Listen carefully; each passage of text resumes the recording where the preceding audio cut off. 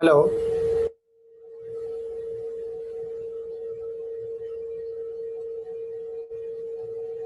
Hello, Mr. Tijani is there?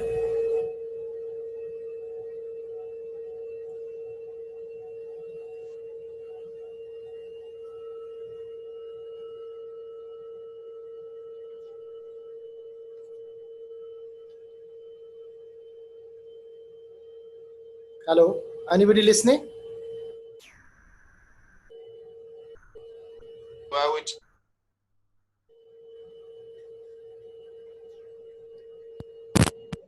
I think.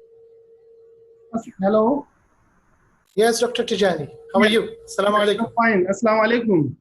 Alaikum salam. Could you please let me in for the sharing screen? Yes. I need to share my screen, right? Yes, yes, I'll do that. Sure, sure.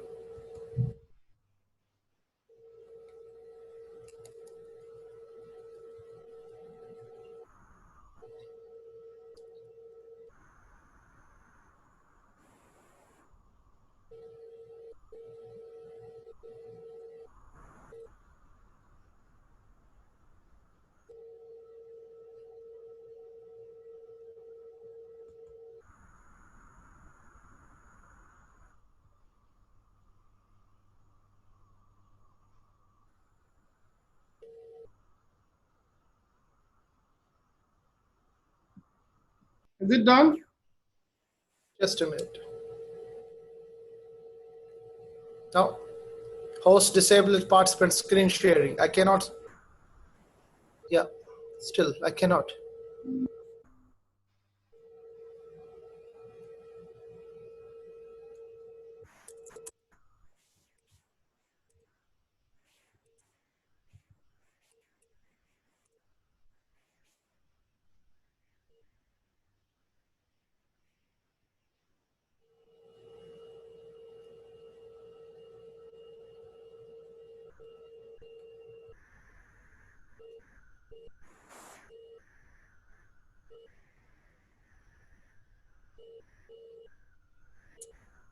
Is it done? Just a minute. I'm just checking. No, still. I think hosts need to make me the host first. Okay, let me make you the host. Yeah, that's better.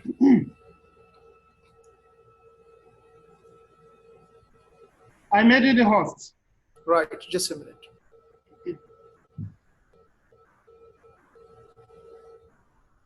Yeah, this is okay now. Okay. So can I quickly take a few minutes to introduce the lecture, sir? Yeah, sure. Yes. Please. Yes. Assalamu alaikum, everyone. My name is Dr. Tijani Salihu Shinkafi, speaking to you from Sokoto, Nigeria, at the Department of Biochemistry, Usman Danfodio University, Sokoto. I would like to briefly introduce to you Professor Khalid Rehman Hakeem. Professor Khalid is known to me since around 2008 when I was living at the NLH hostel, Jamia Hamdad, while I was undergoing my MSc program. Then Professor Khalid was undergoing his PhD program at the Department of Botany, the same university. Professor Khalid was very close to me sincerely because at that time he was engaged in Dawat, an act of propagation of the Deen Islam. So we met often at masjids. We also met regularly at the hostel, and pertaining to also academic activities, he was also very passionate to help others. And as a result, when we at MECAGIN decided to be inviting people with expertise to discuss with us, to share with us their experience, their knowledge, and their skills, I immediately remember Professor Khalid, who has been involved in providing guidance to his own communities at Kashmir under Kashmir Guidance. So because I was following him keenly on Facebook, looking at what he was doing and what he was offering to his immediate society at Kashmir. So I felt that he could be a very resourceful person that we could invite in Nigeria to deliver a lecture on how to prepare a statement of purpose, how to write an email, which is a cover letter, to convince a professor to allow you to work with him for postdoctoral training or PhD. And similarly, how to write a good CV. I have seen in the past how Professor Khalid has delivered a lecture on how to prepare a good CV that will attract the attention of a potential mentor who may possibly agree to work with you. So here with us today in our meet, Professor Khalid, who is a professor at King Abdulaziz University, Jeddah, in the Department of Biological Sciences. Earlier, he was a postdoctoral fellow at Malaysia, the famous UPM, immediately after the completion of his PhD. And thereafter, he also had a visiting fellowship at Turkey and China, respectively. So I would like to invite Professor Khalid to go ahead with his lecture today. Thank you very much, Professor Khalid, for accepting our invitation. He was the first person I invited on behalf of MECAGIN, and within few minutes, I got his response positively.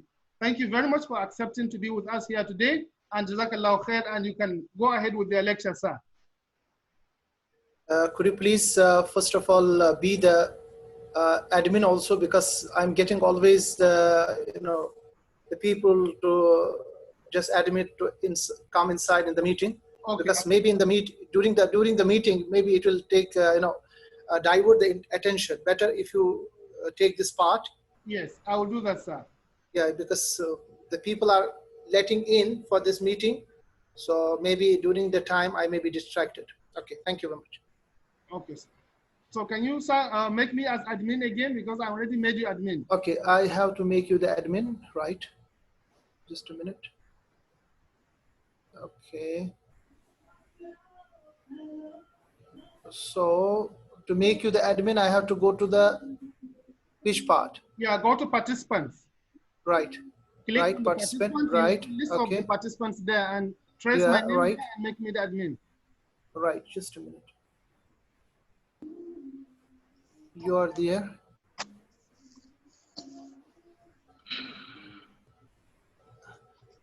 I could find your name, so I shall make you admin. How? Yes, okay. Just click on my name. There you will see more.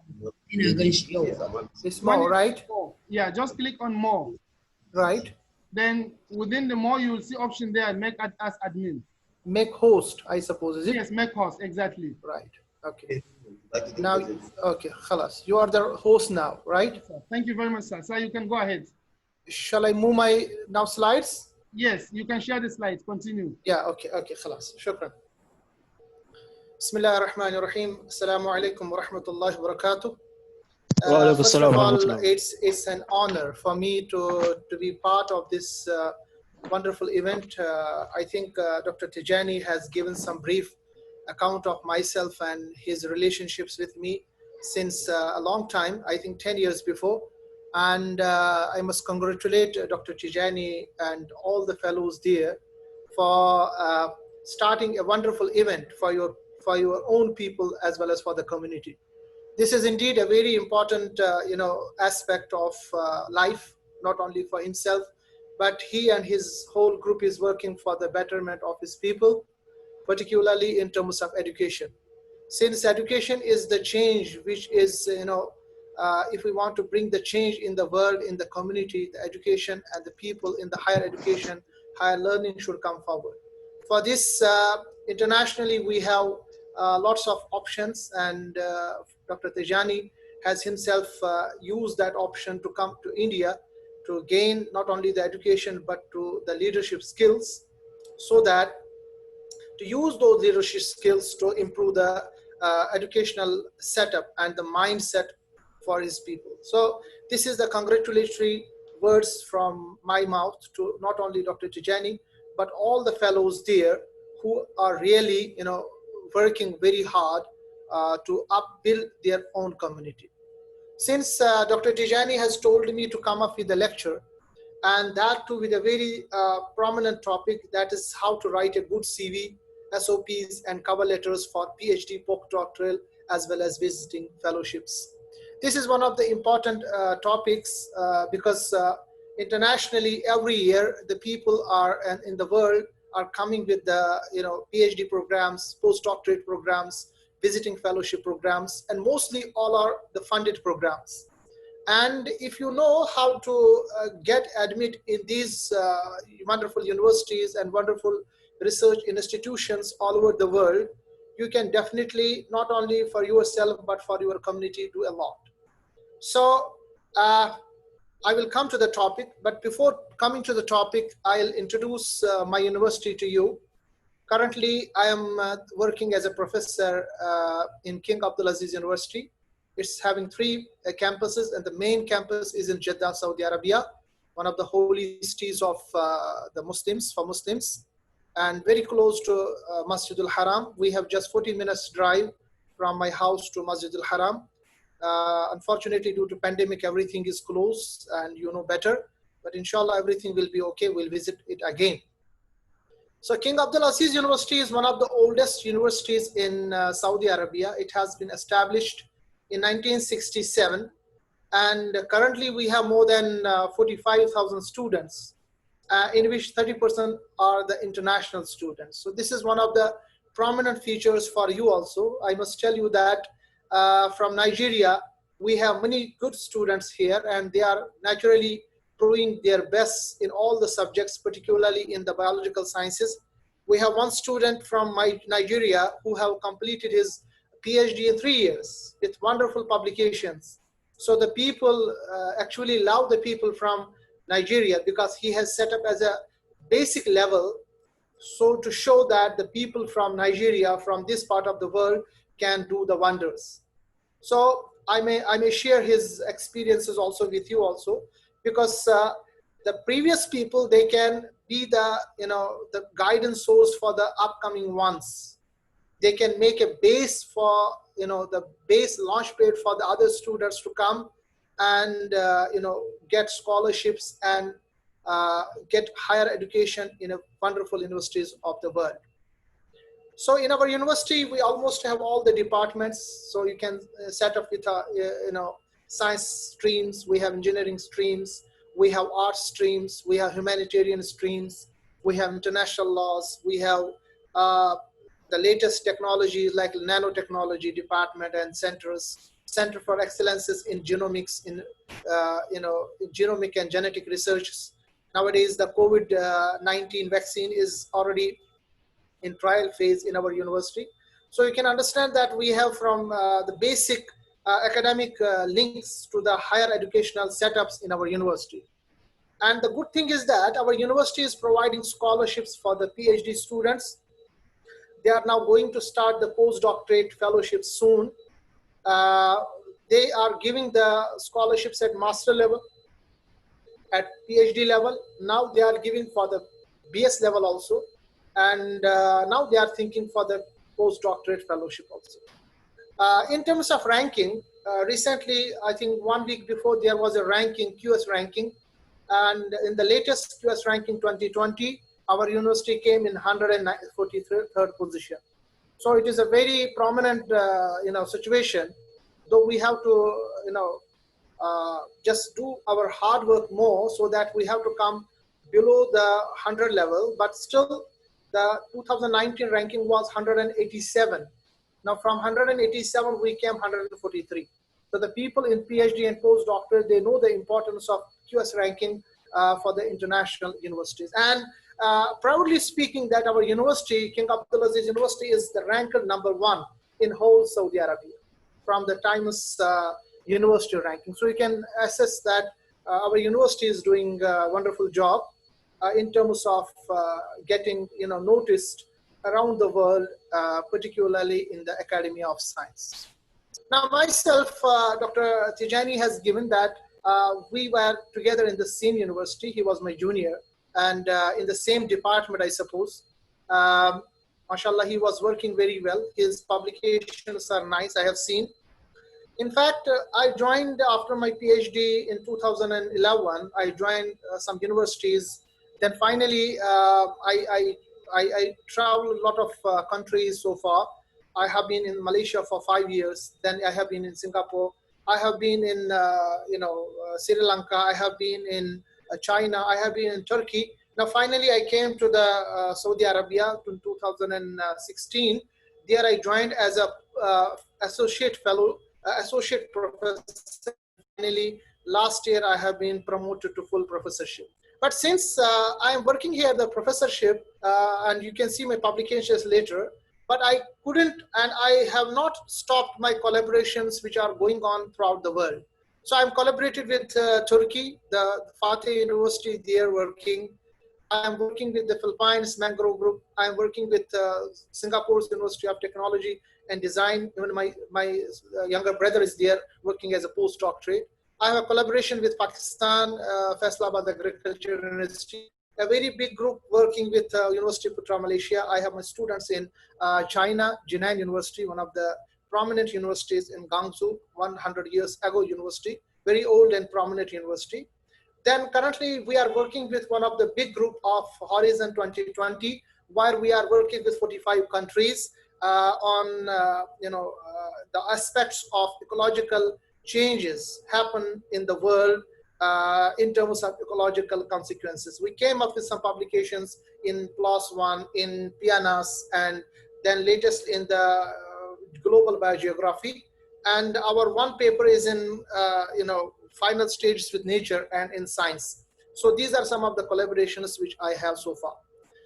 In terms of publications, alhamdulillah, so far we have published 50 books with international publishers, mostly Springer and Elsevier. And today I got my another latest book, which is aromatic and medicinal plants from Elsevier. I just received it now. Besides this, these are some research publications. Since 10 years, I have done more than 110 research and review papers. Book chapters 60 and texts and edited books 50. Total number is 220, and citation is almost 2,400. Currently, I'm 26 H index. The people which in the PhD and postdoc, they know the importance of H index, and cumulative impact factor for myself is 210. So you can join with me for the collaboration and others. I have given here my ResearchGate profile. We can check the mutual support there, and we can work together collaboratively.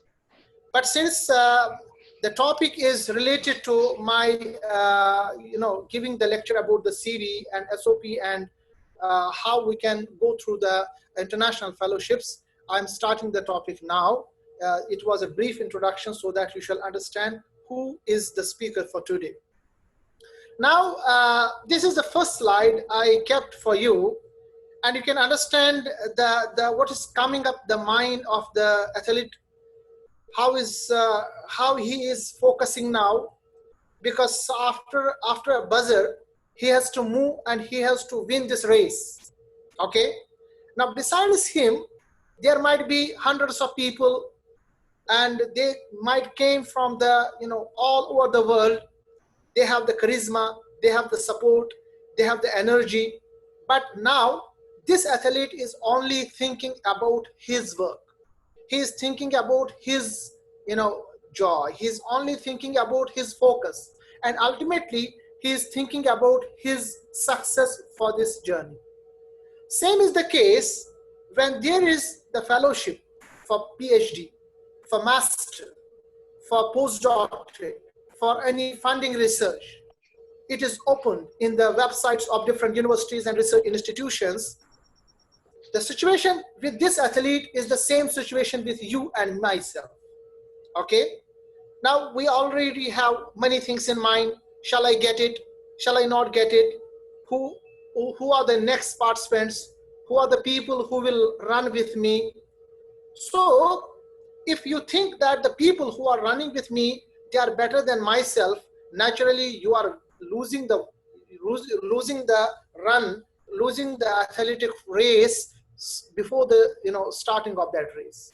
Now, how focused you should be, how energetic you should be, how much preparation you should have, all the things should be with you to launchpad yourself to get the successful grant or to get the successful admission with fellowship. Now for that, one of the important features is your curriculum vitae, or we can say CV. So it's very important. So nobody knows you, nobody knows me. The world is so much big. We have almost 6.5 billion people, and among them we have a few universities. Now we have greater minds, we have greater prepared people. How do I know that you are better than the other? I even don't know your face. I don't know who you are. But actually, to send our information to the people, it is your CV. So that's why you can understand the importance of your resume or your CV in the course of your life, particularly in your career. So the CV actually in Latin means course of life. So you can understand the name has been derived from course of life. Yourself can mention that how much the importance of this CV is in your life. So if we describe it, it is a CV is a written description of your work, your experience, your educational background and skills. So everything, whatever you have achieved so far, you have to compile in a very beautiful fashion so that it can come up with your introduction to the people who you don't know and who are offering or might be offering you a job or might be offering you a wonderful position, maybe PhD, master or postdoc with a fellowship. So in simply we can say CV is a typically living document which will reflect the developments in a professional's career. So if you want to develop any career, you should have your CV wonderfully written and wonderfully composed. What are the purposes of CV? These are some basic terms I'm discussing with you. Number one is a marketing tool. For example, you have some product and you want to launch that product in the market. The first thing is that the first impression of this product is the last impression.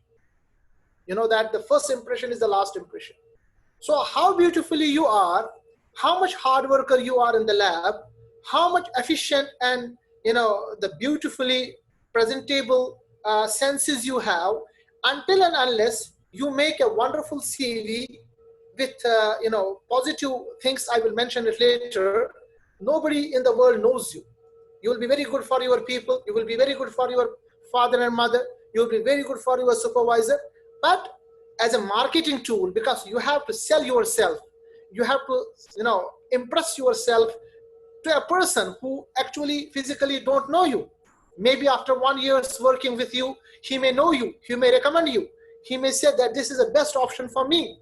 But now before you just join the lab, before you just join the the department or the research institution or any market, he may not know you. So the first impression point, the first marketing tool for you is your CV.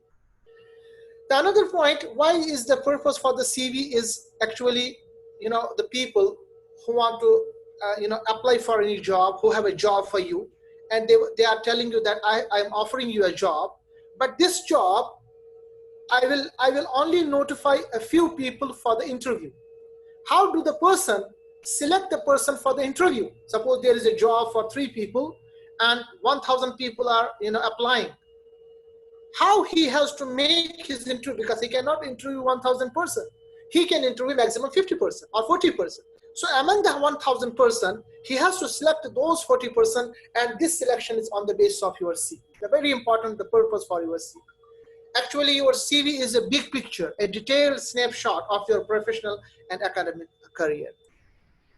Now, we have 2 types of CVs, although there are lots of differences and differentiations of the CV, but I have just made it very small. We have 2 types of CVs mostly. One is for the academic purposes. If you want to go for the master, PhD or postdoctorate, are some fellowships related to your academia. And actually this topic for today is for this academic, but to be very precise, I have noted down that we have two types of CVs. One is for academic purposes. We know it is for the academic application. You want to have the graduate scholarship student program. You have some postdoctorate positions. And this CV, academic CV, is more detailed. It requires more details. It has to be focused mainly on academic achievements. It should have to be, relevant projects and courses mentioned. And the other type is the corporate CV. For example, you are applying for some, company jobs. So there, that CV is directly, it's very focused. It's not so much detailed. It's used to get the jobs. It is specific to the needs of the employer. For example, employer requires the information and, your skills in the computer knowing, or some Java or some LaTeX or something other subject. That time you have to be specific for that employer's needs. Corporate CVs also focus mainly on the work experience, relevant academic affiliations. So for example, if you are working for example, you have a job offer from Microsoft, the Microsoft will look that we are preparing for new program. You have the skills for this program. You have done some, some courses or some diploma courses in that program. That's sufficient. But today's focus for our, subject is the academic CV. What actually academic CV is. Now, this is my slide, and very important slide for you. I think this is the most important slide for today's. Do you know that how much time your employer or possible supervisor of your master, PhD or postdoctorate is reading your CV? How much time he is spending? Because I'm in the academia, I am receiving lots of CV. Sir, I want to do for PhD, I want to go for masters. You know how much time we are spending, or our supervisors or our possible recruiters are spending on the CV? How many time? How much time? Just 20 to 30 seconds. Even not a minute. I get the CV, I'm not checking your whole details. I don't have time. I have my family, I have my academia, I have to look my research, I have to look my students, I have to give my lectures, and every day I'm getting 3 or 4 or 5 or 6 or 10 or 20 CVs. How much time I'm spending? Not more than 20 to 30 seconds. Now imagine if your future is depending on 20 to 30 seconds, how beautifully you have to write your CV. How relevant your CV is for the upliftment as a launching pad for your career. So that is actually the point to be think, that even your CV should be so much attractive. It should have all the points which will mention you that in 20 or 30 seconds, you are impressing your recruiter. You are impressing your possible funder. You are impressing your possible supervisor just in 20 to 30 seconds. How important your CV should be. So that's why I focus today's talk in a very specific manner. I will give you details from 1 to Z, A to Z. But before that, you should understand that a typical CV has 3 components. Okay, your CV, now you are going to write your CV, it should have 3 components. I don't have any doubt that all of you have the CV written with you. You have a CV with you, and might be you have sent your CV to many people. And I also have hope that many people have already followed the issues and the points which I am now discussing in details. But still, for those who are now in infancy or who are now in the starting of their career, they should understand that a typical CV should have 3 things. Number 1 is the structure. Although you have written all the things in your CV, your academia, your academic qualification, your research experience, your publications, your skills, your programs, your hobbies, everything. But if everything is not written in a structured manner, it will be a wastage of writing everything. That's why I'm mentioning it, that the CV, a wonderful CV, an eye-catchy CV must have the first point, the structure. I will discuss the structure in the details. number one. So the first look, if I will look the CV, if it is haphazardly written, where you have to write the name, you have written the skills, where there should be the skills, you have written the details, where you have, where it should be written the publications, you have written the research programs, then the CV will not attract the person. The CV will not attract the supervisor, the funder. So even though you have everything written there, so that's why I have given the first preference for yourself, for your CV. The first important point is the structure. I will discuss the structure in the later on. The second important point for your CV is the content. What should be inside the CV? Okay, your structure is nice. You have given a very wonderful structure for your CV. What is the content? What should be put inside? Now, I told you that we have two types of CVs. If you are writing the CV for academia, but you have written the CV as if you are applying for a job, your CV is of no use. Similarly, if your CV is is needing for the for some job and sorry, and you are writing the CV as if you are writing for the academia, it is of no use. So you need to understand what sort of contents it should be included in your CV. The third important point is the aesthetics. Aesthetics means now your CV should be beautiful.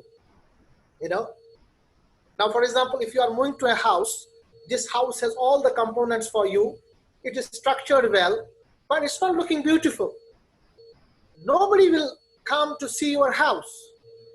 Nobody is going to be attracted towards your house, even though you have all the basic amenities in the house, even though you have structured it very well. That's why the CV should be beautiful.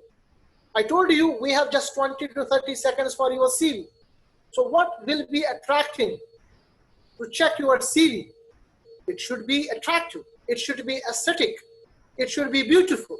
Now I will explain how beautiful it is, and I will explain the latest trends of writing the CV infographics in my lecture coming up. Dr. Tijani, is everything okay? My voice is clear?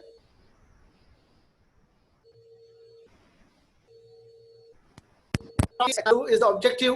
Number third is the education. Fourth is the honor and activities. Fifth is the work experience. Then you should have the research experience and projects. And finally, in your CV, you can add the references. So I will discuss one by one. Number one, the header section. What is the header section? In the header, first of all, you must have the name. So your name should be very much, clearly mentioning, must be the first line of the resume. Because first of all, if I'm going to assess the person of the student, first of all, I'm going to check the details of the names, what is written in the, what is your name? I'm interested in your name. That's very important person. And it is better to be written in a bold section. So write in the name, all the names should be written in the bold section, because your name shall come first, okay? And this should be, the name should be larger than the largest font used in the body.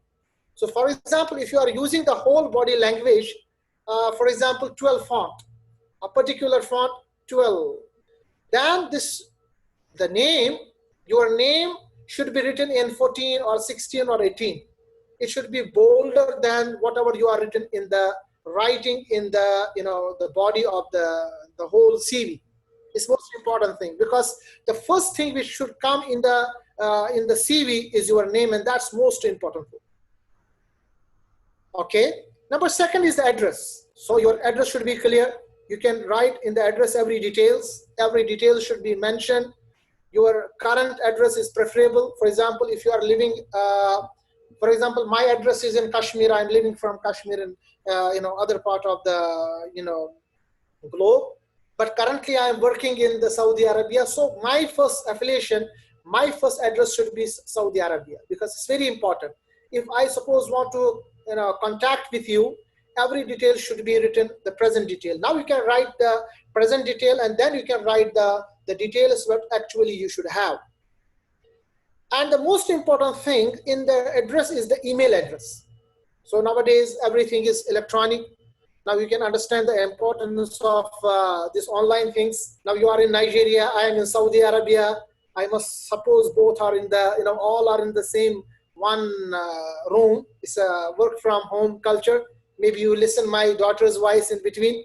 So now, how do I communicate with you? I don't have time to go outside to write a letter. That's an old fashion. The latest fashion is that you should have an email address. And very much important that you should make an email address, and that email address should be very much working. Suppose you will make the email address in some portal that's not working, maybe Hotmail or something, Ziffy mail, nobody knows. So what I suppose is that use the beautiful portal, for example, Gmail, or you can write the email of, for example, your university. If you are working already in a university, the official email, that will be more catchy, more professional. But if you are using any email that's very clear and prominent, and then it's working, you can write the email there. Also the phone number. And remember, when you write the phone number, you have to write with the country codes. So many times I have seen the people, they casually write the phone number without writing the country code, without writing the international code. So they think that the person who is recruiting me, he will take the trouble to write the name of the country, then get the the country code, international code, then call me. Nobody has the time for that, my dears. That's why the most important thing you have to be, these are small things. See, most of the people knows that we have to write all these things, but small mistakes can, because you are not alone working, you are not alone just, going through the path. The path is very, very difficult, and you have many participants working there. They are also, running faster than you. So what is the mistake? The mistake is here. Suppose I want to contact with you. I want to make something clarification from you. If you have written just phone number and you have not written the international code, or you have not written the ISD code, how should I contact you? So don't be, don't write the things very hurriedly. For example, here, see, here I'm writing something for you. The name is good, written very boldly, capital is better, address is very nice, apartment number, where he is living, Alberta, every street name. Now the phone number, here is a mistake. He thought that the phone number is 780-680-1187-88. And he thinks the people are there, they will take, and they are very much interested to me, until and unless he has to write the every details in his phone number. The email is correct. He has written both the emails, like he has made the email Gmail, because sometimes the mail coming outside from outside is blocked from your university email. So that's why it is better if you give, besides the international, your university email or your official email, you should give the email from Gmail or Yahoo or something else, which is better, because I have seen myself that sometimes I send the email from my official email, or somebody is sending the email in my official email, it is somewhat blocked, because our university email is very much restrictive, and this is happening all over the world. So that's why I suppose not only with the university email, you should have some local email also. Okay. Now after the heading, after this detail, you have to come to objective section. But sometimes is objective or is official. It's not important that every time you should have the objective written in your CV after your header. But if you write the objective, it is good. Objective is basically a statement. It should be clear, concise, and to the point. What is the bad objective? For example, directly you will write, I want to get a job. It's a bad objective. You cannot write like this, I want to get a job. Clear? Now another is a weak objective. For example, you write to attain an internship in livestock industry. This is a good objective, but very weak objective. What is a good objective? You can directly to attain an internship in the livestock. See, 2 lines, there is a lot of difference in between. So if you are writing the objective, you should go the objective in the good. Okay. Okay. Okay. Dr. Tijani, in between there is a noise. If yes, please. Thank you. Yes, let me. Okay. Okay. Now, for example, another good objective is with detailed insight into genomics and bioinformatics. So if you write the objective like this thing, it is catching the attraction of your possible supervisor that this person is basically having something inside. He wants to work in the genomics and bioinformatics because he knows to whom he is sending the CV. He is the master, or he is doing the work in genomics and bioinformatics. So this is a sort of an attractive, because I told you, you are selling your point. You have to check what is basically in the mind and what is the, what I can say, the expertise of your supervisor to whom you are working with. So you have to do some homework. Similarly, objective shouldn't be very much, over specific. You can write the specific, but not over specific. Genomics and bioinformatics is very, very common. If you write the very specific technique, bioinformatics, very specific program, it may be a trouble. Similarly, you can target the companies or research groups perspective. You just check what is the perspective for the research group, because there's a research group, they have a mandate to work in a particular research area. Then you can make the objective accordingly, because this is attracting the attention of your possible supervisor. The third section is the education section. So how you have to write the education section? It's very important one, because I told you, you are writing the CV for the academia, for your research, for master, PhD or postdoc. So your educational qualification should be from higher to lowest. Mostly people, they forget to mention they write starting from their O level.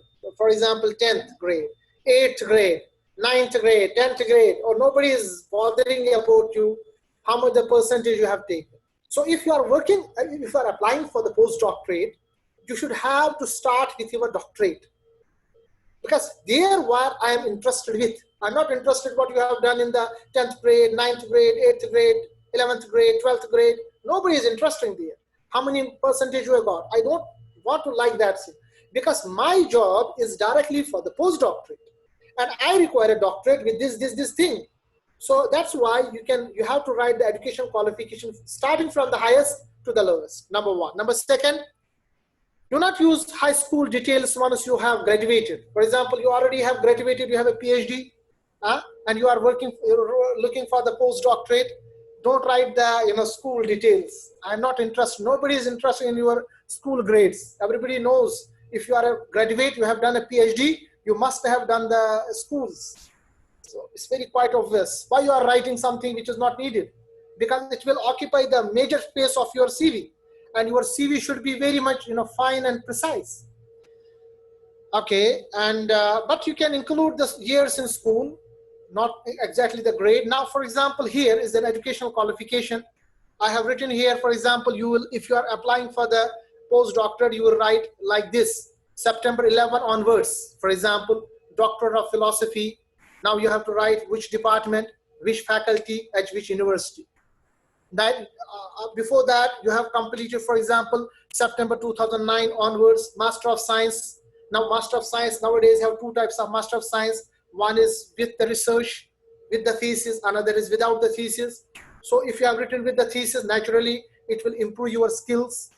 Now, which department, which school, and also what was the grade, current grade for that. It's very important. So mostly some people, they don't like the grades, but I usually like the grade because this will improve, this will give you a very good details about the student, that the student is good in learning. But if your grades are lower, it's better not to mention the grades, because they may spoil your whole game. You want to bake a cake and finally you put something not good in your CV.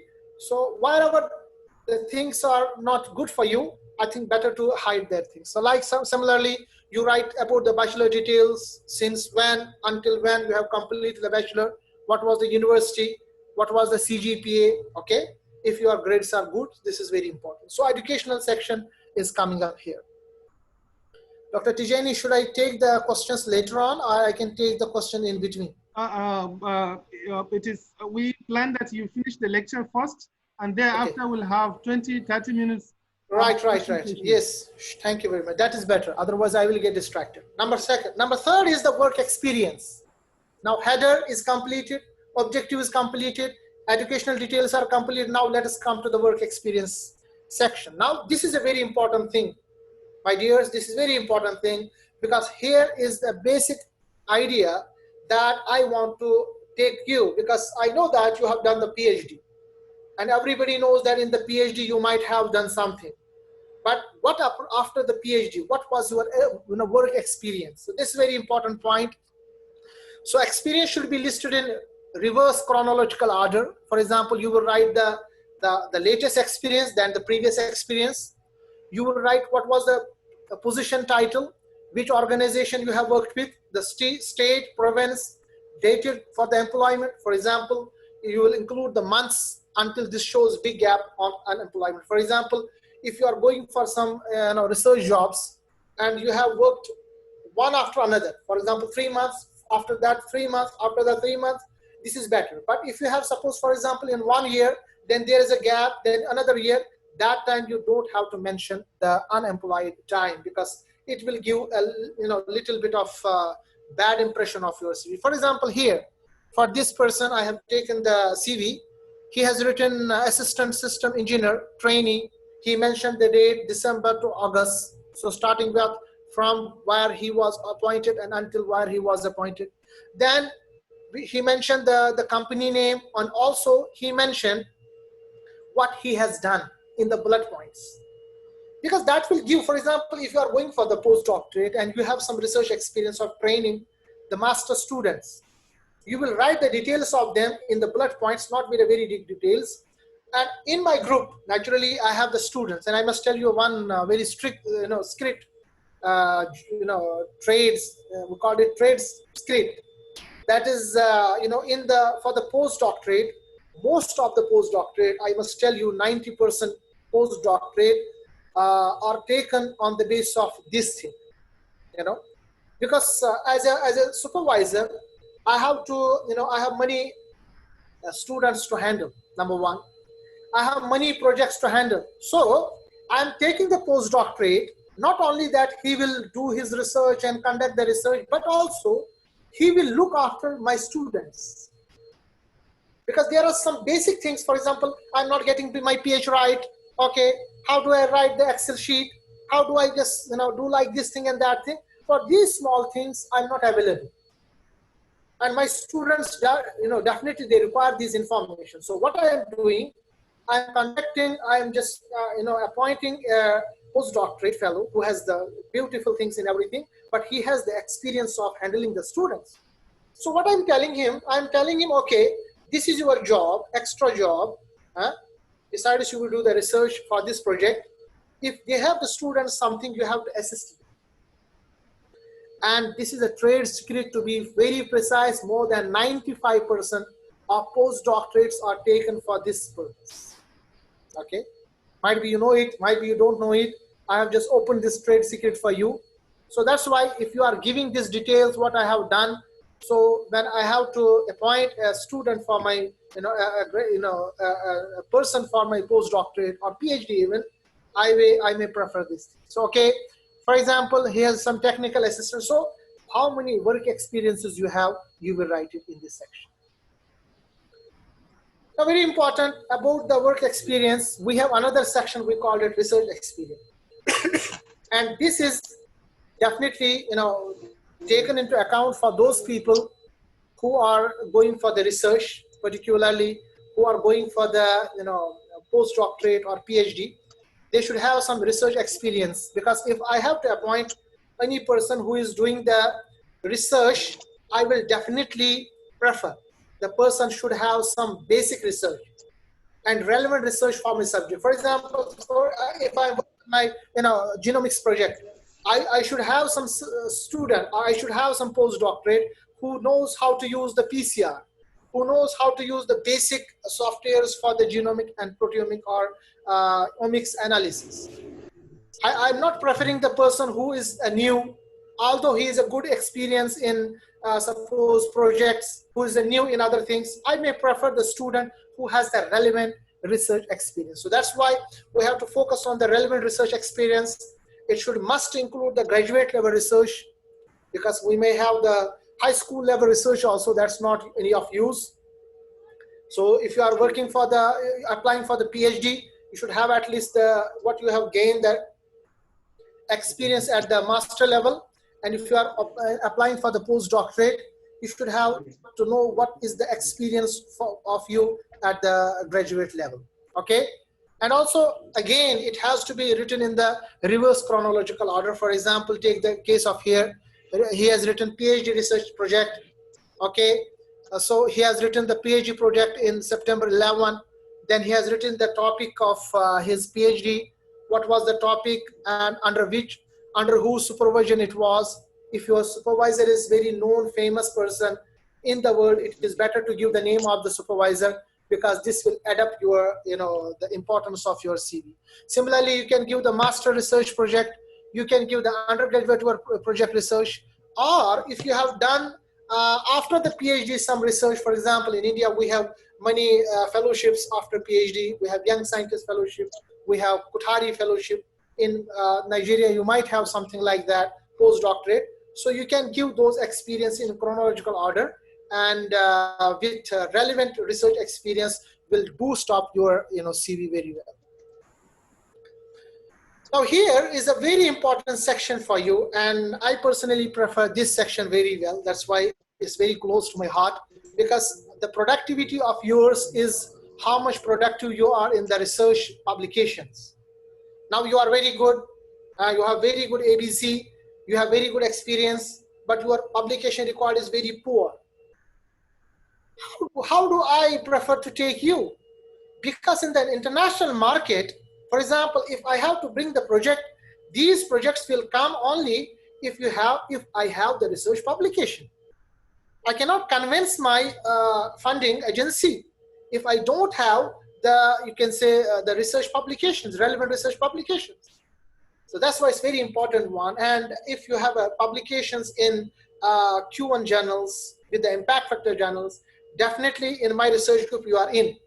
And not only me, if I discuss me myself, I have discussed with most of the 80%, 85% people who prefer to take the graduate as well as postgraduate on the basis of publication. So every year I'm getting CVs throughout the world, 20, 30 CVs from my research team.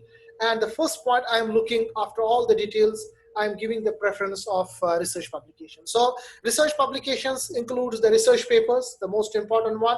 And now you have to mention it is Q1, Q2, Q3, Q4. If it is Q4, don't mention. You write the research paper, details and everything, but don't mention which Q. But if it is Q1, that's a positive point. You can write the review papers. Review is very important. You can write about the books, book chapters with impact factor in research paper and review. You will give the links also. For example, your paper is published. You can give the links because evidence is important. And that is, giving more emphasis to your CV. Also, if you have a citation, because nowadays the trend is changing from impact factor to citation. So if you have a citation, for example, your paper is cited 10 times, 20 times, 40 times, 100 times in a year. Oh, that's a wonderful thing, because it means your subject, your thesis, or your paper is getting importance. These are the additional features. Now, after that, for example, you have some honors and activities. Activities section. For example, you got some fellowship, you got some prize, you got some medal, you got some certificate. So better write all these things, because this section is basically just like to scream that I am a leader. It will give a very important point to you, like I am a leader. And I am a leader is only when you have all the relevant, certificates and honors. It must contain all the academic and professional awards you got. For example, you got a scholarship, you got, for example, some certificate, you got some honor, you are the reviewer of some journal, okay, and you have some diploma certificates, very important. You may also include the extracurricular activity, like Dr. Tijani, mashallah, and his group is doing the wonderful job. I am following his work and your work also. This is wonderful things, like you are having the experience of working for your own people. This will also, most of the people, they also look the CV idea in this pattern, that he has the leadership skills. Because we all not only want a researcher for our lab, we also want the leader for our lab. So this is a very important point. You can also include a brief description, if not self-evident from title. Okay, you can include the hobbies, but don't indulge or include those hobbies or activities which are not relevant to your job history or because it's not, you have to not, give your story. You can give the relevant hobbies, but not, for example, you will write the hobby, my hobby is, staying on the Facebook. It will reject you because you are wasting your time. But you can give the relevant hobby. For example, my hobby is where your leadership skill is included, particularly the outside jobs. For example, soccer is good hobby, football is good hobby, and you like the cricket, particularly Tijani may knows it. In India, it's not a game; it's a religion, a sort of. Exactly. So these things are, taking very important things. If you write working on the social media, what is this hobby? It means you are wasting your time. So that's why very important for you. And also, it is good to include leadership positions if you have achieved. That's also the honor also. Now, the final section and the most important section in our CV is the references. Many people ask me the question whether we should include the references or not. I suppose if the person who is giving you the references is a famous person, this is a very positive point for your CV. Sometimes you can write if you don't have any references, or you don't want to show who's the reference, because sometimes there is a tug of war between many things are there. So that time you can write, for example, on demand, on request. So you can write the reference on demand. If you want to give, ask my references, I can give you. But if you have given any reference, first of all, take the permission from the person that I'm giving you a reference. Because very important, until and unless you have the reference with you, the point is that you cannot achieve the, because if you, for example, given some name to the reference, and then you have, that the reference is not relevant, or you have given the reference and that reference is, what I can say, the email is not correct, or he don't want to give you the reference, that it will be a very difficult job. Just 1 second, I need to plug in my computer. Just 1 minute. Okay. Okay, this is back. Thank you. Okay, now, if you have, for example, 4 or 5 references with you, so you have to choose the best ones, okay? World should know the person. Suppose you will give someone's name who does not have any affiliation, who does not have the relevant publications, but he is famous in Nigeria. I don't want the famous person. I want the person who is basically relevant for my subject. So that's why please keep in mind this very important section. Now, after that, there are some additional sections. For example, professional certificate, you can give the license, specialized experience you have, publications. For example, you have done some theses. For example, if you are doctorate and you have helped some students in the master thesis, or you have training assistantships, you have member affiliations, you have some volunteer experience, community services, you have done some language or computational or computer skills, you have some continuing education. So you can give these additional sections relevant in the upcoming sections, or you can mention some additional section in a different story. Now, this was the first part of my presentation, that what should be the, what I can say, the details in the CV, and what are the contents in the CV. The other important point is the aesthetic.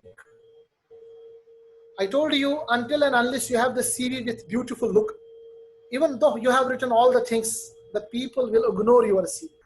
That's why I prefer your CV should have a beautiful look also. For that, I prefer you have some online, these are the softwares, and basic versions are free. For example, you have Nova Resume. For time to be saved, otherwise I could have, click here, and you can see that Nova Resume in this website. If you click here, they will provide you both the versions, the free as well as the paid versions. Even in free versions, you have to give the details, and they will, mark your CV in a very beautiful fashion. They will, make it a beautiful heading, beautiful letter, beautiful details. This is one of the free software you can use for your CV to be very smart. There is another software we have, Overleaf we called it. If you are familiar with the, what I can say, the latex, This is the latex type of writing, very simple. They have given some relevant, references. You can choose any of the reference and then you can put the details over it. The third important thing is the infographic. I was discussing about it. Nowadays, the latest trend is changing. Instead, you write the 20-page or 10-page CV, a simple one.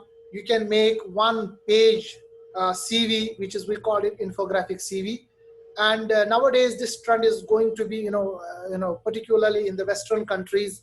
If you want to go for the US or UK or some other countries, European countries, Canada, you want to go to Australia, they prefer this type of CVs. Or you can make this type of CV, the infographic CV, besides your other CV. And this infographic CV is very catchy. I may give an example of it, this example. This is one-page CV by Dr. Alexander. And basically, this CV was, published by Nature, I think 1 year before, 2017, 2-3 years before. It was mentioned in the blogs.nature.com. You can go and you can check this there. See, this is one-page CV. How beautiful the CV is. I will make it a little bit bigger. Okay, this is the CV which actually I need to show you. See, one-page CV. This is called as the infographic CV. This is the person's name, the location, the email ID, phone number, and this whole details is basically his whole job.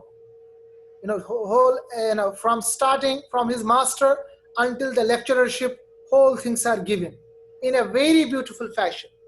Each year what he has done, just like you have a metro train and each station is giving something, he has made just less than half of a page, every detail from his master until the lecturership, which university, what he has done, everything is here. Second section is the work industry, everything, the important what he has done, which industries he has used. Industry meets academia here, research, 40 research papers, 4 book chapters, 1,000 citations, this thing, conference attended, grants. Here is the awards and prizes, the teaching, the language. See, just in one page, how beautifully he has created it. It just looks like a poster. This is called as the infographic CV. So if you are interested in infographic CV, there are, if you can put the infographic CV in the Google, you will find some are free, some for you have to pay. But if you make this type of CV, it may directly impress the, the recruiter, the postdoctorate or something if you want to go. It's a wonderful thing for you. That's why I want to share with you. Now, after that, we have actually what do academic employers want? So now I told you the CV, I told you the details of you, but now you have to focus. If you write the CV, if suppose I want my postdoctorate or doctorate, what actually I want? So you have to focus in these issues. Number one, research and technical skill. The first thing for postdoctorate I am looking and my other colleagues are looking is your research and technical skill. Number one. Number two, how much you are going to solve my problem. How analytical you are. How can you manage this project? Number two. Number third, publications in well-regarded journals. Very, very important.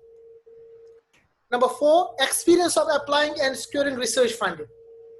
It's very, very important slide for you. Then the fifth point is delivery at high quality research projects on time and within budgets. For example, if you're already the postdoctorate and you want to move for the another postdoctorate, I will definitely look into this, the delivery of high quality research projects on time and within the budget. Other point is experience of successful collaboration, because I told you, nowadays you cannot have one research group or one research center. The world is changing. The collaboration is going on. As I told you that myself also, I'm working in collaboration with 45 countries. And we got good papers. We got one paper in PNAS. We got another paper in global geography. Both have impact factor more than 10. Now we are coming up with a paper with nature and science. You know the importance of both papers. These are not possible if I am working alone because my group is not too big.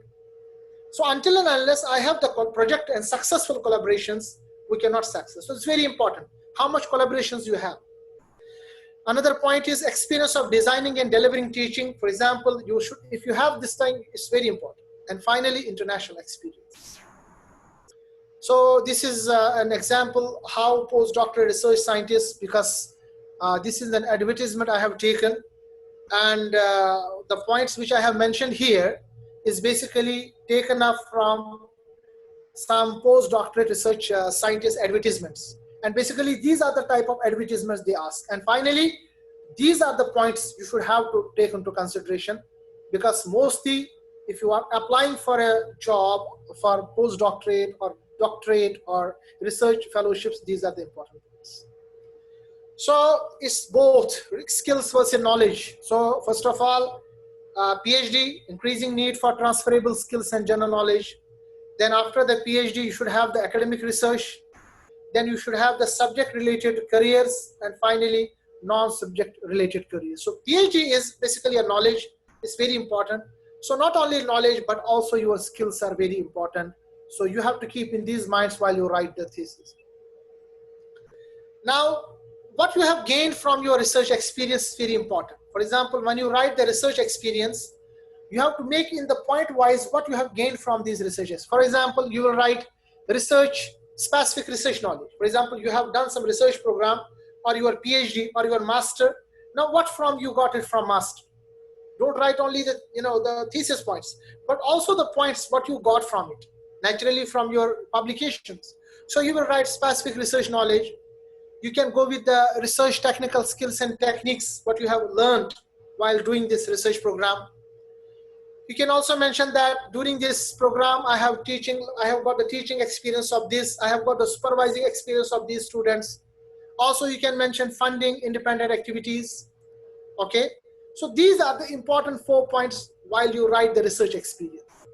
Similarly, now you are going for writing the whole CV. These things you have to keep in mind. Number 1, communication skills.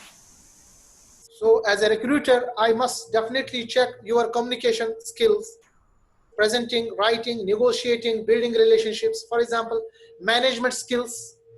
This management skills is very important, particularly for non-academia, but in academia also, we also take into consideration. Problem solving skills, very important.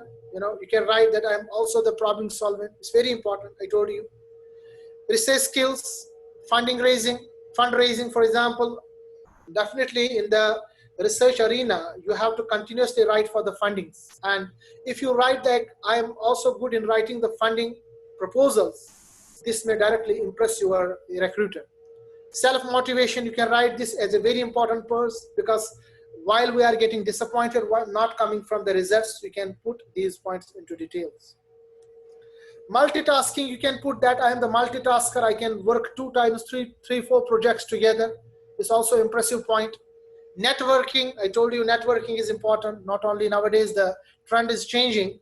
The people are offering the jobs to the network people, because we know that network with the industry, the conference, with organizing seminars, like you are doing now, is also a networking program. So other experience, you can write the work experience. I discussed it about voluntary committee members, training courses. So these things already we have discussed. And what should you do? So target your application in order to show awareness of the job recruitment. I will discuss in details this section while I'm discussing the other part shortly. But you should understand, when you are writing your CV, SOP, or cover letter, you should know, first of all, wherever you are applying, you have to do the homework about the recruiter, what he is doing, what is his experience, what is his research, because it will show that you are aware of the job requirement, and you are matching the relevant skills and the motivation for the company. And for all these things, you have to provide the evidence. Okay, and you have to remember the essential and desirable criteria for a job or a research position is a wish list created by somebody else. Okay, for example, I make the job, I make the advertisement from my own purpose, my own requirements. So then you have to mold your own degrees and experiences accordingly. It's very important point. So it's unlikely that the candidate will have all of the essential criteria on the wish list. Naturally, you don't have all the things in the wish list. You might not have all the things in my, what I want, but still, if you want to write, if you want to get really this position, you have to mold yourself, mold your experience accordingly. That's why I must tell you that one CV is not sufficient for all the jobs. You might have to make the changes while you are applying.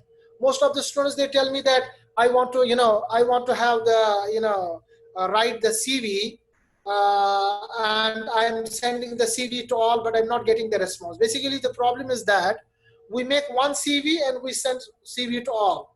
This is not going to work. Okay, my dears.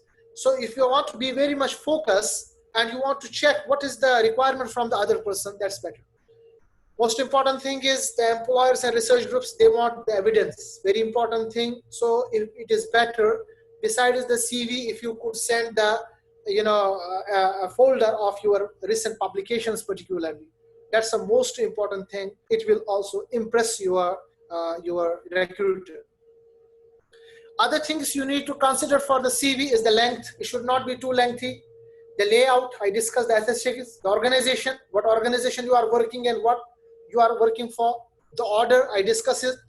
Head, fonts, margins, white space, highlighting the most important information, consistency. So all these things you will go, if you go with the online tools like Nova Resume, I told you, that will give you the good things for it. Now, just a short clip here. The academia, if you want to go for the academia and what you are go for the business, the CVs are different. Business look for the productivity, success, output, result, technology, project management, progress projects, teamwork, cooperation, technology, communication. But if you are going for the academia, here the changes, the game is different. In academia, if I want to take you and you want to come for the academia, the focus is publications, impact, the particular research work, the experience, research forward collaborations, technology transfer, papers and presentations. Now you have to think where you are working and what for you are working. So I have discussed this thing. This is just a short CV for you. This is a CV. You can apply like the name is correctly, email address is given, education, research experience. And I told you in the research experience, for example, here, everything is mentioned in point wise, what I have achieved in this time, skills and competence, supervisions and teaching, communication, achievements and awards and referees. Just in 2 pages, everything, every detail is there. An example for a postdoctorate, the same thing, postdoctorate is a little bit better. So the name, research experience, main research focus, because this focus is on the basis of the recruiter, because I want the recruitment for this position. I want to have this position. I want to have this experience. So that these main research focus is here. Then the assistance, education, research skills. So for example, laboratory experience. What type of laboratory experience you have? What type of techniques you have? And all these details are written here. Also, if you have a license, the language and the reference. So these are some of the 2-3 CVs. You can get a lot of CVs from the internet. So final slide for the CV is you should have the contact information, academic history, professional experience, qualification and skills, awards and honors, publications and presentations, professional associations, grants and scholarships, license and certificates. Do's you should have, use easy to read language, don't be the Shakespeare, because it's not a language competition. Be very much easy to read the language. And sometimes you don't know about the English and the grammar. There are some English grammar online softwares available like Grammarly. You can take the help from the Grammarly. Punctuation should be correct, because these silly mistakes would cost you a job as well as the possibility to come to the lab. Proofread your CV. Don't be fast. Read what you have written. Check your spelling, because these are the lamb things which your first time recruiter, because remember my first slide, your supervisor, possible recruiter will see your CV just for 20 to 30 seconds. So if you have these things, he may directly reject. So update your CV regularly. Don'ts, very important. So do's, So first of all, don't use all the capital letters. because mostly when you write the capital letters, it looks like that you are just screaming. So don't use the capital letters. You can write capital letters only for example relevant things. For example, harder to read. Capital letters are very harder to read. Avoid white spaces. So don't give white space.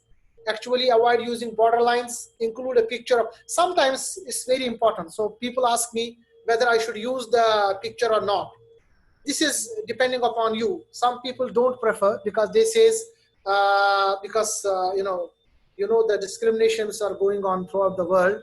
So the people they don't prefer to give the pictures, but some people they prefer it because we call it the equal opportunity for the women, for the men, for the Asian, for the African, from the European. Everybody is same. So if you give the picture, okay, you can give it, but it shouldn't be like a fashion magazine. You don't have to give the picture like you are going for some fashion magazine, Men's Health or something like that. You have to be a very professional in giving the picture if you want. So sometimes employers want the picture should be there. Sometimes they don't want. So I prefer if you don't give. But if you give it professionally. Likewise, don't use several fonts to catch their attention. That's why one line I have given different fonts. Now you see how irritating it is. So create a ransom effect. It will create a ransom effect. This will not look good if you give different fonts, different things. Better to use Times New Roman or Arial. That's the most common fonts. But it's not necessary. You can give, but be specific in one font, one this letters only. Focus on what you need and what's your things. Employees are not interested on who you are, but what you can do. It's very important one. So don't again use templates to construct your resume. Sometimes if you use the template of your senior, maybe it is not checking here. So if you want to use the templates, better to use from the online good sources. Use superlatives or emphasis on your work. So don't do it like this. Don't use the long flowing sentences. Okay. Print your resume or day glow paper. Sometimes you print your you want to have to send the printed CV, and that time you make a day glow paper, so glowy paper, all these glossary things, they're not preferred by the recruiter. Also, illogical order. You have everything there, but the order is not logical. That's why I told you, please avoid all these things. So this is what about the CV. I have 3-4 slides more because I will not keep it much. So besides the CV, the important point is the cover letters. So what is the cover letter? It's very important. Cover letter is that you are giving, for example, now inside the box, you want to send your gift to your beloved, but the box is messy. So first impression is that she or he will put all the gift and throw it in your face. You got it? So until and unless the person will see what is the gift, the person will see the cover of it. So how beautifully your CV is okay. But equally, you should have the cover very beautiful. That's why most of the people, they gift their beloved, phones, maybe not the Apple, maybe the Android phones. I am just checking some, memes from the African video makers. They make beautiful videos, they are giving to their beloved the Android phone, but put the cover of Apple, they make them happy. So what I'm saying is that if your cover is beautiful, your first impression is done. Then the person will see the CV itself. So that's why the better is that, first of all, besides your CV, you should have the cover letter. So that's why the cover letter should include what? Number one, what are you applying for and where you saw the advert? So for example, what are you applying for? You should know. And where from you got the advertisement? For example, you can refer, I got the advertisement from this professor. I got the advertisement from this magazine. I came from this, this your website of your, this web university or institution. Another point, why are you applying? So you have to refer to the research company or group. You also highlight the key points on your CV. You have not to mention all the CV, but you can mention the key points on your CV based on the matching skills and experience, what the person is offering. Also, you have to write the confident conclusion, availability for interview. Just like this, for example, this is the cover letter for academia. See, this is the person whom he is referring to, Professor Julia Beck, for example. His whole reference, his details, that the letter, which is the date of the letter. So it means you have not written this letter back since centuries. He knows that you have written the letter yesterday. You know, this is the focus. Another point, application for a postdoc position in, for example, biofilm. So you know what is the position you are working for. Then you will write, dear Professor Berg. So if you know the person is professor, mostly people, they write the what we call WhatsApp language. WhatsApp language is killing you. WhatsApp language means you write WT for what? No, because you have to write a professional cover letter. So please be professional while writing. Don't use the WhatsApp language. Don't use the Facebook language. So you have to be professional. So see, number one, she has written, dear professor, so very nicely. Then what she is applying for and why. So she is here writing that I am applying for this position and why I am applying. She's mentioned that, I feel confident that my research experience working primarily on this. So first paragraph, clear and confident. Second paragraph is related to the key points and how they are relevant to the employer. So you can see that, for example, here, you will see that my CV, that during this course, I have done this thing, I gained this experience, I got this. So you are willing, you are, sort of attracting the recruiter to look into the details of your CV. That's the most important point. So you are just attracting the person, the recruiter, to go through my CV. I have this experience. And finally, the confident conclusion. In conclusion, this position represents an excellent opportunity for me to develop my academic research career, and I am very hopeful that you will consider me for this opportunity. Very definitely nicely written 3-paragraph cover letter, sincerely yours, not like, friendly yours, like simple words, name, and you can put the signature if you want. This is a very wonderful cover letter. Don't stretch it long, don't make it short, but you know what you are writing. Similarly here, another one, see, human resource manager, application for biofilm scientists.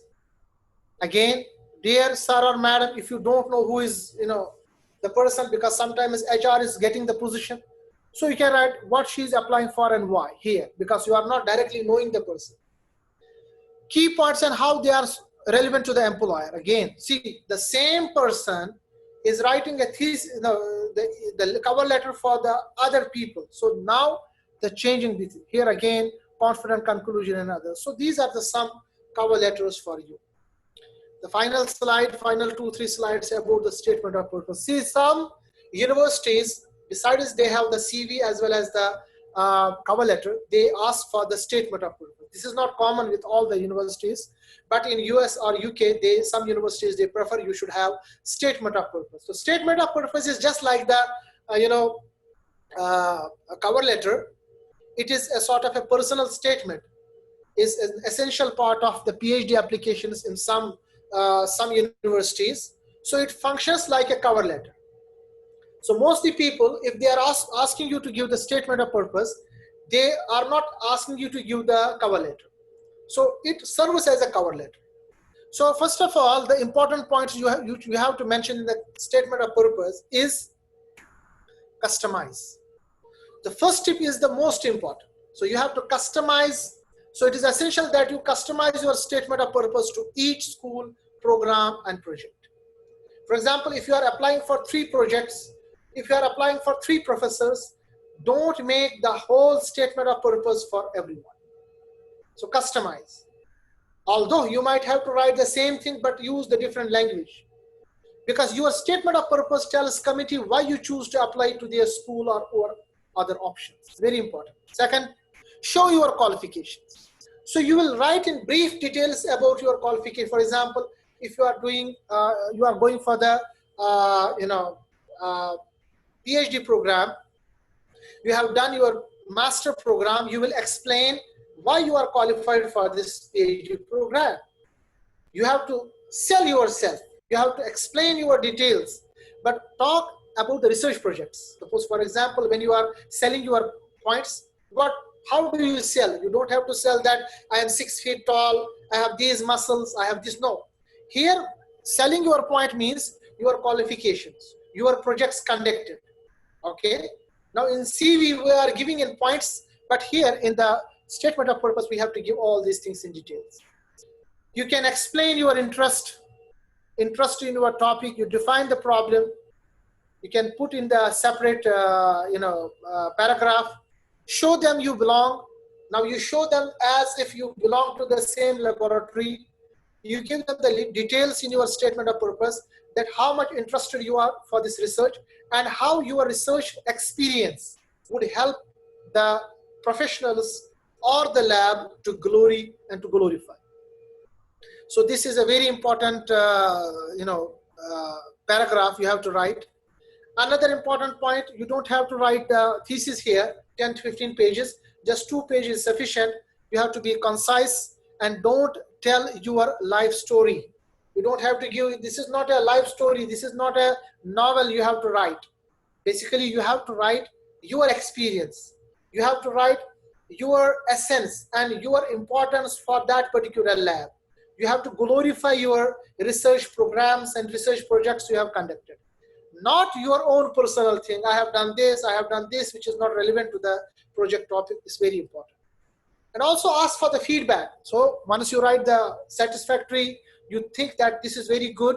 So before you send this SOP directly to the possible recruiter, I suppose you should show this to your seniors, to your professor, the previous professor. He or she may look into it because it's very important. And also, whenever you send the SOP, definitely you have to proofread it. I told you, small mistakes can sometimes snatch you a job, even though you are very much relevant for that particular job. So summary for today's lecture is very, I'm sorry if I have taken longer time, but it's a summary. It was very important to make everything details. So summary is that applying for a job is a matching process. So you have to match your experience and your CV with the matching things with the person who is recruiting you. So sometimes your points are not matching with him. So you have to mold yourself accordingly. Another point, find about employers, who are they? So you have to do homework about the employers, who are they, what are they offering? So don't just throw, the person and directly, no. Go through his publications, what he wants, what his lab offering, okay? It will give you a good thing. So be aware of you. What do you have to offer? Because you are selling your points. Experience, skills, enthusiasm, put all these details. So you have to sell yourself to the employer what they want. Also, you should target your CV to every application. I told you, don't make one CV for all. So you can make the little changes to each CV and according to the experience and according to the job offering. Also, always have a cover letter if you don't have to write the SOP. So definitely each CV should have a cover letter. Sometimes when you put the CV, in the email, you just put my CV. Well, what is this? Before writing to my CV, write a very beautiful covering letter so that the person who is offering you, he should be compelled to check your CV at least. So if you are sending out dozens of CVs with no results, you are sending the CVs here, there. Unfortunately, when I was sending my CVs for postdoctorate, you know how many CVs I have sent? Almost 1,000. And you know how many offering I got? I just got 3 offerings. This is a failure for myself. I'm experiencing with you. The reason is that I made one CV and randomly I am checking the emails and sending them directly. So this is a wrong focus. So I'm sharing this thing to you.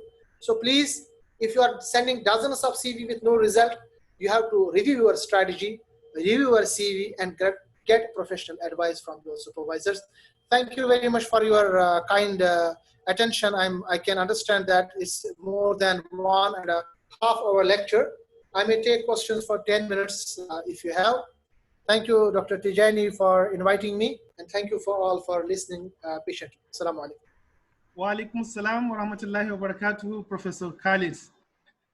We actually are very glad having you today and shared your experience with us regarding how best we can prepare CV, SOP, and cover letter. I'm sure the participants will agree with me. He has done great and he has done justice to the topic. His choice to deliver this lecture was carefully done based on his experience in delivering this kind of lectures since when he was undergoing his postdoctoral program at Malaysia. I was keenly following him, considering his passion and zeal to help upcoming researchers to become people like him. He is actually based in Jeddah, now at King Abdulaziz University, mentoring, teaching, guiding, and helping others to become established like how he is. And that is how you can measure the success of a person, by how much he has helped others to become who he is. Actually, I'm inspired seriously by how he is growing rapidly. Like I told you, he was doing his PhD in 2008 when I went to India for my MSc. But as I can tell you that you have seen, he has published over 100 articles in international journals of great repute. And that apart from that, he has also published a number of books, about 50 or more, which I'm lucky to be part of one of the book by informatics. I'm sure, sir, you can remember that I happen to be one of the authors of one of the... Sure. I know it, mashallah. And while we were delivering lecture, what was coming in my mind was that whether among the collaborations that you are having across the world, whether if you can enlist me among one of your collaborators from Nigeria. You are always, not only for the academia, but also I'm keenly following your, mashallah, your activities, you and your group. I'm keenly following them, and mashallah, tabarakallah, you are a great resource person for your community. And I wish that persons like you should come forward for all of us, for our community, for our people, and to do better. Mashallah, sir. So my humble request is that in the near future, I would like to be one of the co-editors of any book that I may bring a proposal, hopefully, so that we'll also have contributors from Nigeria, sir. So that collaborations are always welcome, particularly my Nigerian brothers. I have forgotten one point. Here in King Abdulaziz University, in our section, we have 3 students from Nigeria. They came, I think, 2 years before, and they have done wonderfully. Everybody loves the person and students from Nigeria. I told you, because with the experience of 2-3 persons from Nigeria, and so humble, so beautifully written, so precisely in your activities, they are humble in nature, they are writing very well, they publish. For example, one student has published 4 papers, wonderful papers in 1 year, and he's just in 2nd year of his PhD. Everybody loves. So if suppose the person from Nigeria is applying to our department, surely we are very much glad to take you here, because already your base has been made from your brothers who already came here, who have shown the wonderful skills you have. So not only for them, but also I wish if you will be the collaborator. Dr. Tijani is always in my heart. You can come up with proposals, we can come up with books, and you can come with research papers, and we can have a collaborative things together. I'm always offering my helps, and even there. So quickly, sir, I would like to unmute the participants. Right. I will give them permission to unmute themselves so that they can have a privilege of asking questions to the great scientists of our day. So you can, the participant can quickly unmute themselves by themselves. I've given them permission to unmute themselves. And they have the liberty to ask questions, please. Assalamu alaikum. Wa alaikum assalam. I am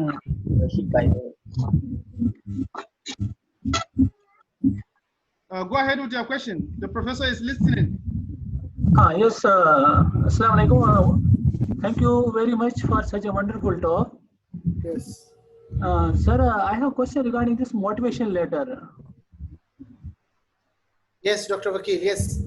Regarding motivation letter. So you want to have what is actually the motivational letter? Yes, because there yes, right. Basically, there are many names to the same thing. Some people called it the cover letter.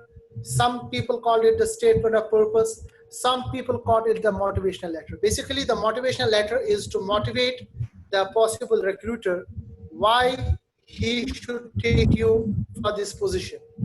So in the, if you keenly listen to my final section of my talk, while I have discussed the cover letter as well as the SOP, here you are basically, first of all, in your first paragraph, you are addressing the professor that where from you got the position, or where from you got the information that he has the position or he has the research things available there. Now in the second paragraph, you are writing your experience and matching your experience in regards with the offering things from the professor, from the researcher. For example, if the researcher wants a person to be having the background from the molecular biology, then you are mentioning that what you have done in your past research, in master, in PhD, or in other research program, and how much your things are matching with the person is offering. This is the second paragraph. Third thing, you are explaining your keen interest and skills accordingly, which is very relevant with the offering things from the professor. Okay, and finally you are giving a confident conclusion that if you are writing this thing, if you will be offered this position, how much beneficial you should be for the researcher and the research laboratory. Not only you will give parties every day, you will give money, something like that. No, in terms of professionalism, for example, you can write that if you will be recruited, you have the skills, for example, a leadership skill, or you have the guiding skills, you have a teaching skills, or you have a funding acquiring skills. You can complete the particular project on particular funding, or you have written already some projects. Yeah, please. Okay. So I think that it is the extended form of cover letter, we can say. Exactly. That's why I'm telling you, people, they call many things with the same thing. Minute differences are there. Like I discussed with the cover letter. I discussed with the SOP. Yeah, cover letter may be shorter, but motivational letter should be, if cover letter is 1 page, the motivational letter might be 2 pages, but not too much.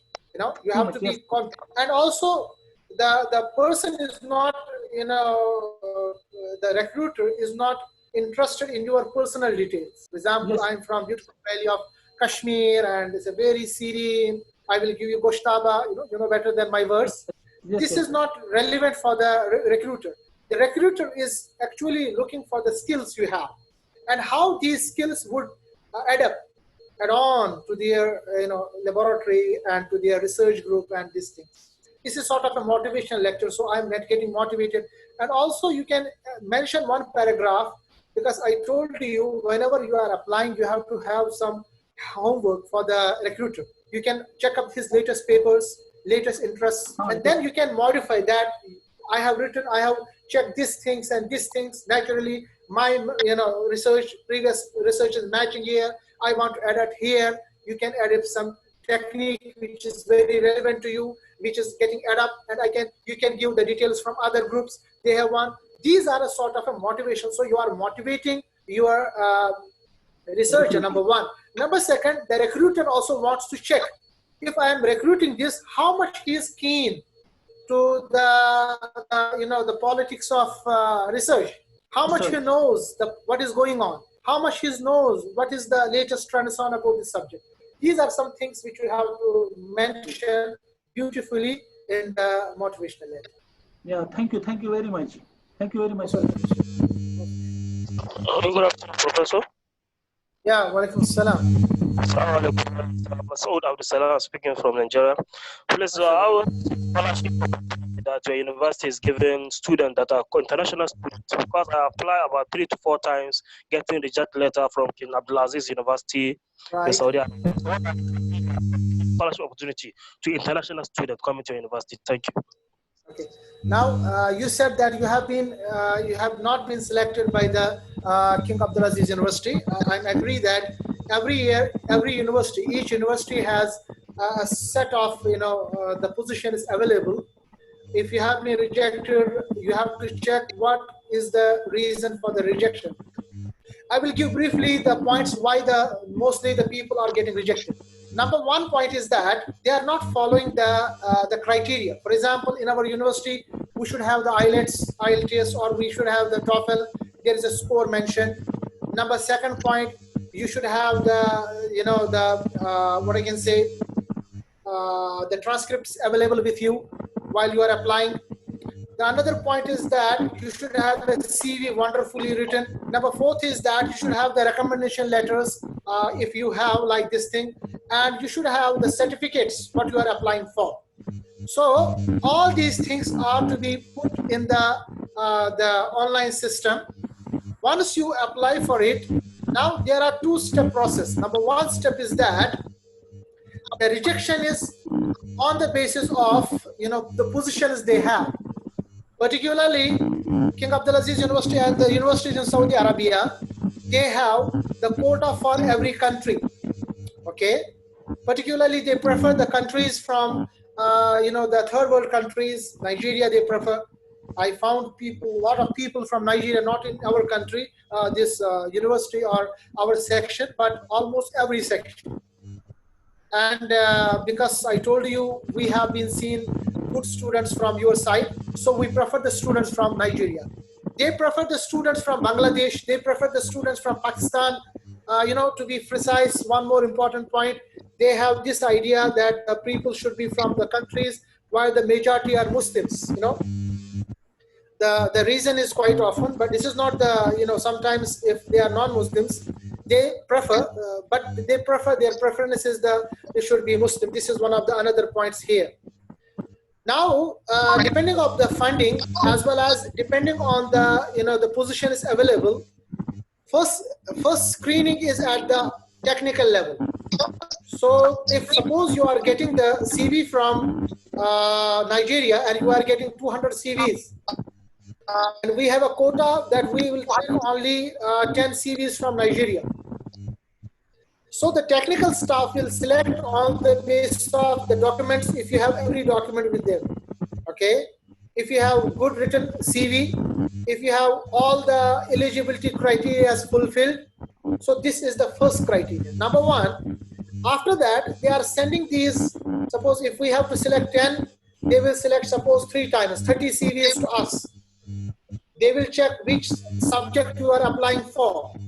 And each subject has a particular vacancy. They are not mentioning how much, but they are sending each department, and from the department we have to check how many positions we have. Okay, now if you are lucky that your first screening section is passed, your CV and documents are supported to the department. From the department, here comes your next job, the CV, your previous experience, your paper. If you have all these things, you have 95% position and this what I can say, possibility that you will get the admission in King Abdulaziz University. For your case, I must suggest you to check about your details, your age, your documents, your CV, your references. Check again all these things and don't lose your heart, because sometimes I will give a case of my brother. My brother applied there in King Abdulaziz University. I was in Malaysia that time. So in one semester he was rejected. I told him, don't be sad, because every university has some possibilities and some limitations. You should apply it again in the second semester. The good thing is that in our universities that our admission process is open twice a year. Okay, so he applied the second term. Naturally, when the selection committee will have checked it, that this person has applied second time, they offered him the job. For example, they have applied him for the PhD, and they accepted his application, but they didn't offer him the position that time. They told him, your application is accepted, but this semester we don't have the funding. We will tell you to apply, again, we will select you for the another, semester. and finally he got this admission in the second semester. Okay, but in the meantime he got the admission in the other university in Malaysia, University SAS Malaysia. So he rejected the offer from King Abdulaziz University, and he joined me back in the Malaysia. So this is what the system is working in Saudi Arabia. So depending upon the situation, depending upon the possibilities, depending upon the positions, as well as the country quota, but you don't have to lose your heart. You have to apply again, and not only here, because sometimes in King Abdulaziz University, you have to, even after you get applied, you get accepted, your position to come here is getting sometimes taking longer time, maybe 6 months or a year. So what I suppose is proud apply in Malaysia. Malaysian universities are also preferring Nigerian students, and Malaysia is also offering the fellowships. Turkey is also offering the fellowships. I'm giving the example of some countries which are Muslim-loving countries, and where you can safely not only do the research, wonderful research, but also you can practice your deen very well. I hope this is the answer for the question. Yes, sir. Thank you. So quickly, Professor Khalid, I would request you maybe if there's one more question before we finally close the session for today. Do we have another person that is having a question? Anybody that is willing to ask a question? In the absence of question, Professor Khalid would like to thank you specifically for the acceptance of our invitation to deliver a lecture on how to prepare a good CV cover letter. Actually, this foundation, Mentorship and Career Guidance in India, I actually founded the foundation. There are other Nigerian PhD holders and friends who are supporting the foundation. I mean, who are helping me in one way or the other towards establishing the foundation. Actually, it came as a result of the dire need of our society to have established professors who are following the trend of research in the world. Right. Clearly, we have a number of challenges which I enumerated in one of my paper that I published with Future Science Journal. I don't know if you have seen it. Then I have checked that one. Yes. I have keenly followed you. Thank you. You are in my radar.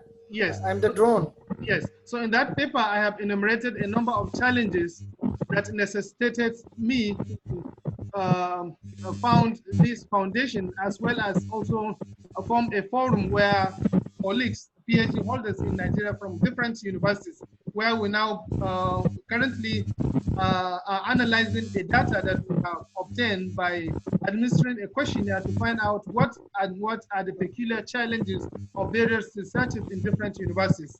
Among them, which we have understood, is mentorship.